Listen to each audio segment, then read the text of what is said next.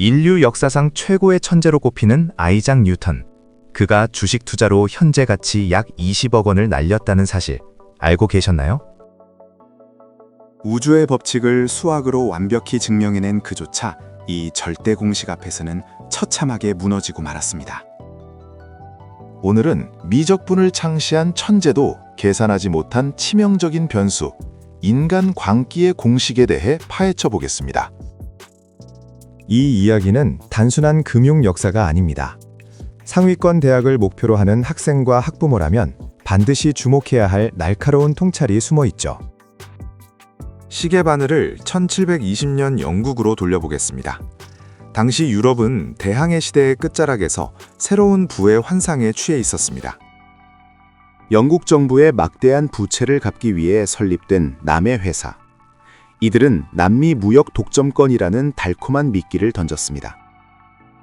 실질적인 무역 수익은 전혀 없었음에도 불구하고 사람들의 막연한 기대감만으로 주가는 미친 듯이 치솟기 시작했죠.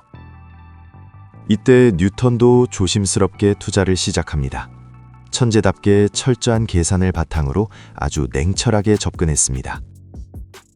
주가가 2배로 올랐을 때 뉴턴은 미련 없이 주식을 모두 팔아치웠습니다. 이성적인 완벽한 익절이었습니다. 무려 7,000파운드라는 거액의 수익을 올린 그는 자신의 합리적인 판단과 수학적 예측에 크게 만족했을 겁니다. 하지만 시장의 광기는 그의 계산을 비웃었습니다. 그가 주식을 판 뒤에도 주가는 무서운 속도로 계속 폭등했죠. 100파운드였던 주식은 어느새 1000파운드를 향해 치솟았고 영국 전체가 이성 잃은 주식 광풍에 휩싸였습니다. 여기서 굳건했던 천재의 이성에 금이 가기 시작합니다.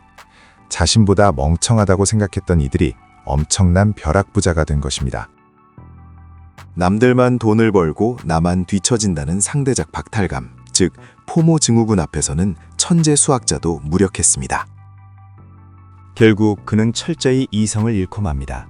전 재산은 물론 막대한 대출까지 끌어모아 주식의 최고점에 다시 올라타고 맙니다. 하지만 영원한 상승은 없는 법이죠.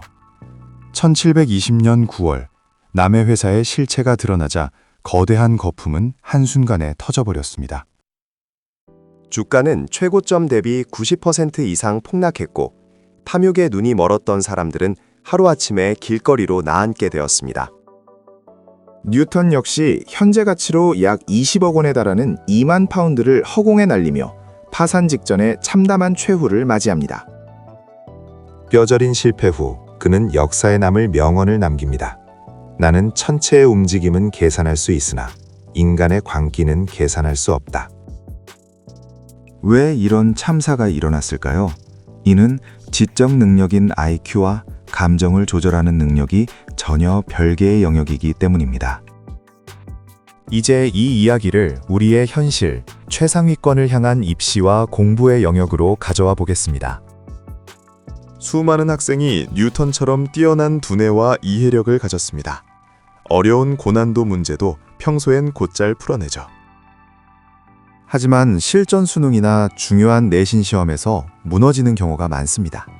바로 멘탈과 감정 통제에 실패하기 때문입니다. 친구들이 밤새워 공부한다거나 새로운 일타 강사의 교재를 푼다는 소식에 불안감을 느끼고 자기 페이스를 잇는 것입니다. 이것이 바로 뉴턴이 겪었던 주식시장의 포모 증후군과 정확히 일치하는 수험생들의 심리적 오류입니다. 조급함이 뇌의 편도체를 강하게 자극하면 이성적 판단과 집중력을 담당하는 전두엽의 기능이 마비되고 맙니다. 최상위권 학생들의 진짜 무기는 압도적인 지능이 아닙니다. 자신의 현 상태를 정확히 아는 메타인지 능력입니다. 남들이 무엇을 하든 흔들리지 않고 자신이 세운 합리적인 계획과 원칙을 끝까지 밀고 나가는 힘이죠.